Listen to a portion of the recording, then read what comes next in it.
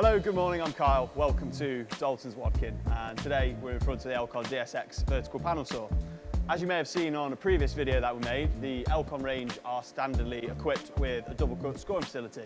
Now the DSX is the big depth of cut, 83mm, large capacity vertical panel saw, and this is equipped or can be equipped with an electro-pneumatic double cut scoring facility. So it's basically choose your thickness of your scoring on your dial on the front of the saw beam, and it's activated by the flick of a button rather than the push switch that you would have seen on the manual machines. I'm going to fire it up and show you how it works.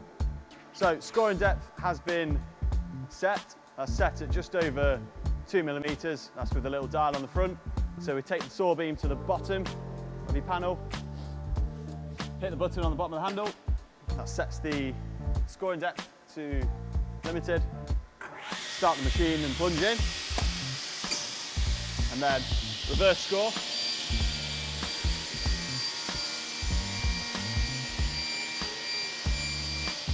And then plunge out. Hit the blue button again. That allows the full plunge. And then pneumatic plunge fully in. And finish the cut on the panel.